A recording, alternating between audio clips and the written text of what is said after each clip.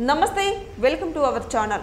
నేను మిషాల్ని. గత వైసీపీ హయాంలో చూసుకున్నట్టయితే అందరు అసభ్యకరంగా మాట్లాడింది కాకుండా ఇప్పుడు సినీ నటుడు వర్మ కూడా అదే పరిస్థితికి వచ్చాడు.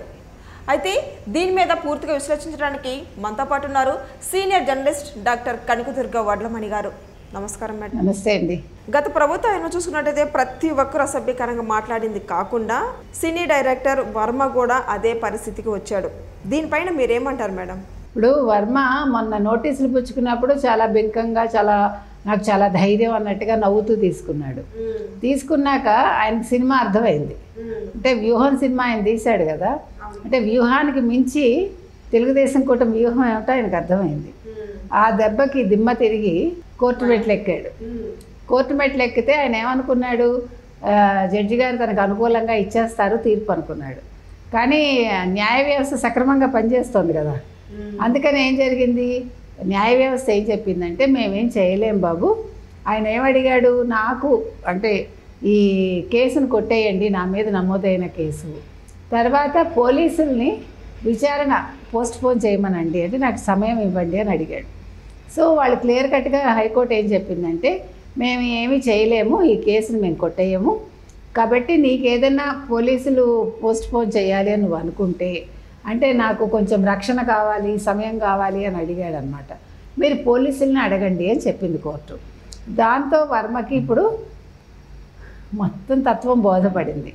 అంటే పైకి బింకంగా ఉన్నప్పటికీ ఇవాళ ఎవరైతే వైసీపీకి కొమ్ము కాశారో, అది సినిమా వాళ్ళు కావచ్చు, రాజకీయ నాయకులు కావచ్చు, బయట వాళ్ళు కావచ్చు, ఎవరైనా సరే అందరూ కూడా ఇవాళ జగన్మోహన్ రెడ్డి వేసిన ఆ బిస్కెట్లు తిన్న వాళ్ళందరూ ఇవాళ కష్టాల పాలయ్యారు. ఇప్పుడు పోసాని మురళీకృష్ణ కూడా అదే అది తర్వాత వద్దాం. ఎందుకంటే ఇవాళ వర్మ ఊహించలేదు ఈ స్థితికి వస్తుందని. ఏదో అంతా మంచిగానే అయిపోతుంది, ఏముందిలే వ్యూహం సినిమా తీసాము, నారా బ్రాహ్మణి గురించి వాగితే ఏమైంది అనుకున్నాడు, చంద్రబాబు గురించి వాగితే ఏంటి, లోకేష్ గురించి వాగితే ఏంటి అనుకున్నాడు. కాబట్టి ఇవాళ జగన్మోహన్ రెడ్డి వెనకాల ఉండడు.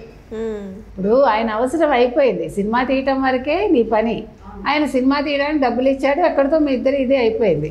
ఎందుకంటే ఆ రోజు చిరంజీవి తర్వాత మహేష్ బాబు ఇలా పెద్దలందరూ కలిసి జగన్మోహన్ రెడ్డిని కలవడానికి వెళ్ళినప్పుడు కార్లు లోపలికి రానియకుండా బయటే ఆపించి వాళ్ళ చేత వాళ్ళని నడిపించి చిరంజీవి నమస్కారం పెడితే ప్రతి నమస్కారం చేయకుండా ఇన్సల్ట్ చేసి ఇన్ని చేసిన పెద్ద మనిషి జగన్మోహన్ రెడ్డి ఈ వర్మకి రెడ్ కార్పెట్ పరిచి ఇంట్లోకి రానిచ్చాడు ఈ సినిమా తీయటం కోసం. ఆ రోజు ఈరోజు రెడ్ కార్పెట్ పరిచి రానివ్వడు. నువ్వు ఇప్పుడు ఏం చేయాలి, రేపొద్దున్న అవసరమైతే జైలుకి వెళ్ళాలి. నువ్వు జైలుకి వెళ్తే నీ వెనకాల ఒక్క వైసీపీ నేత కూడా ఉండడు. ఎందుకంటే సినిమా తీయటం వరకే నీ కాంట్రాక్ట్, సినిమా తీసేసావు, మరి డబ్బులు పుచ్చుకునే ఉంటావు నువ్వు దానికి తగ్గట్టుగా. కాబట్టి ఇవాళ నీకు ఎవడు కూడా వెనక రాడు. అదేవిధంగా ఇవాళ పోసాని పరిస్థితి కూడా, పోసాని మీద మొత్తం రాష్ట్ర వ్యాప్తంగా 50 కేసులు పైగా నమోదయ్యాయి. ఇవాళ ఒక్కొక్కళ్ళు అతని మీద చాలా కోపంగా ఉన్నారు చెప్పాలంటే. విజయవాడ పోలీస్ స్టేషన్లో కూడా కేసు నమోదైంది. ఇప్పుడు ఆయన దిష్టి బొమ్మను దగ్ధం కూడా చేస్తున్నారు, చెప్పులతో కొడుతున్నారు కూడా.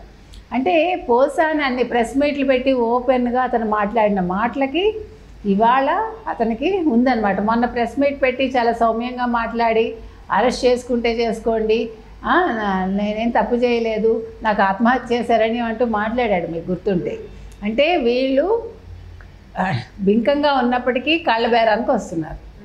శ్రీరెడ్డి కూడా నన్ను క్షమించండి, నేను చిరంజీవి గారికి కూడా క్షమాపణ చెప్తాను కాళ్ళు పట్టుకుని, మొత్తం అందరికీ క్షమాపణ చెప్తున్నాను అంటూ ఆవిడేమో మొసలి కన్నీరు కార్చింది. ఎందుకంటున్నావు అంటే మరి నిన్నటి వరకు మీరందరూ తెగ రెచ్చిపోయి ఒళ్ళుపై తెలియకుండా ప్రెస్ మీట్లు పెట్టుకుని మాట్లాడి వీడియోలు రిలీజ్ చేసి ఎవరిని తిడుతున్నామన్న స్పృహ లేకుండా తిట్టి, అంటే ఒక రాజకీయ నాయకుడిని తిట్టడమే కాకుండా ఆ రాజకీయ నాయకుడి కుటుంబాలను తిట్టారు, ఆడవాళ్ళని, కుటుంబంలో ఉండే ఆడవాళ్ళని.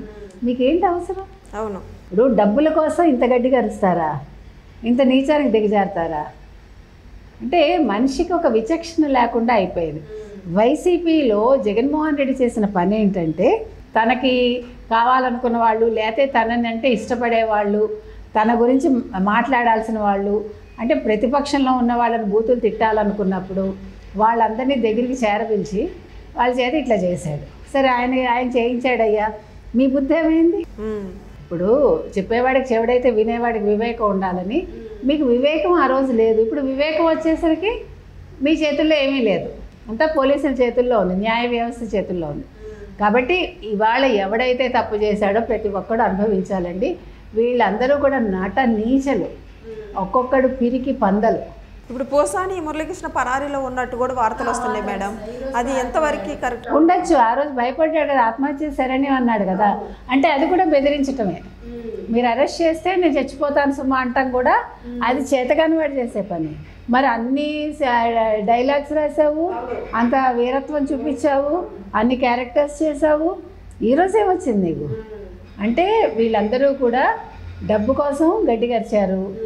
ఇప్పుడు అవకాశం లేదు, ఇప్పుడు వెనకాల ఎవరి అండాదండ లేదు. జగన్మోహన్ రెడ్డి ఏం వెనకాలండి వీళ్ళని రక్షించాడు, అది అర్థమైంది. సీన్ అర్థమయ్యాక ఇప్పుడు సినిమాకి సంబంధించిన వాళ్ళందరికీ 70mm చక్కటి సినిమా కనిపిస్తోంది. ఏంటది? కేసులు, కోర్టులు, పోలీసులు, నెక్స్ట్ ఫైనల్గా శుభం కాడు పడే టైంకి అక్కడ జైల్లో వీళ్ళు ఉండడం. ఇప్పుడు వర్మకు కానీ పోసాని కృష్ణమురళి కానీ శిక్ష పడే అవకాశం ఉందా? ఖచ్చితంగా అండి, ఏమి అందులో సందేహం లేదు. ఇప్పుడు ఎవరి మీద ఎవరు కక్షలు కాదు, వాళ్ళు ఏం చేశారో ప్రజలకు తెలుసు. అందుకని ఇప్పుడు ఎవడు కూడా సానుభూతి కూడా చూపించాడు. అందుకని ఈ విషయంలో మాత్రం ఎవరిని వదలకూడదనే మనం అడుగుతున్నాం. ఎందుకంటే ఆడవాళ్ళని తిట్టిన వాళ్ళు ఎవరైనా సరే, కుటుంబ ఆడవాళ్ళ జోలికి వచ్చిన వాళ్ళు ఎవరైనా సరే, రాజకీయాల్లో ఉండే వాళ్ళ కుటుంబాల మహిళలను ఎవరిని తిట్టినా సరే, ఎవరినైనా సరే, అపోజిషనా లేకపోతే అధికార పక్షమా అక్కర్లేదండి. ఏ ఆడవాళ్ళని తిట్టినా ఇగో ఒక భయం రావాలి, మీరు తిట్టినందుకు ఇగో ఇది పనిష్మెంట్ అని ఈరోజు ఈ ప్రభుత్వం చూపించాలని మనం కోరుతున్నాం. Thank you madam.